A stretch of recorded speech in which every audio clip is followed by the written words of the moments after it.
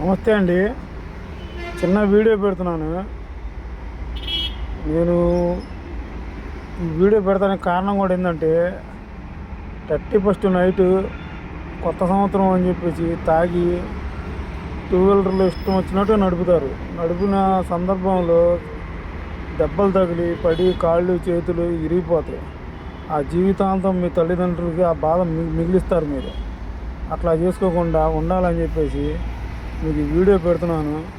దయచేసి 31st night కానీ 31st కానీ మీరు ఆల్కహాల్ మాత్రం తీసుకోవద్దు. టూ వీలర్లు నడపొద్దు. నడిపితే అది ఒకళ్ళకి కాదు అందరికీ ఇబ్బంది అవుతుంది. అటు నడుచుకుంటా వెళ్ళే వాళ్ళకి గుద్దుతారు, వాళ్ళకి ఇబ్బంది అవుతుంది.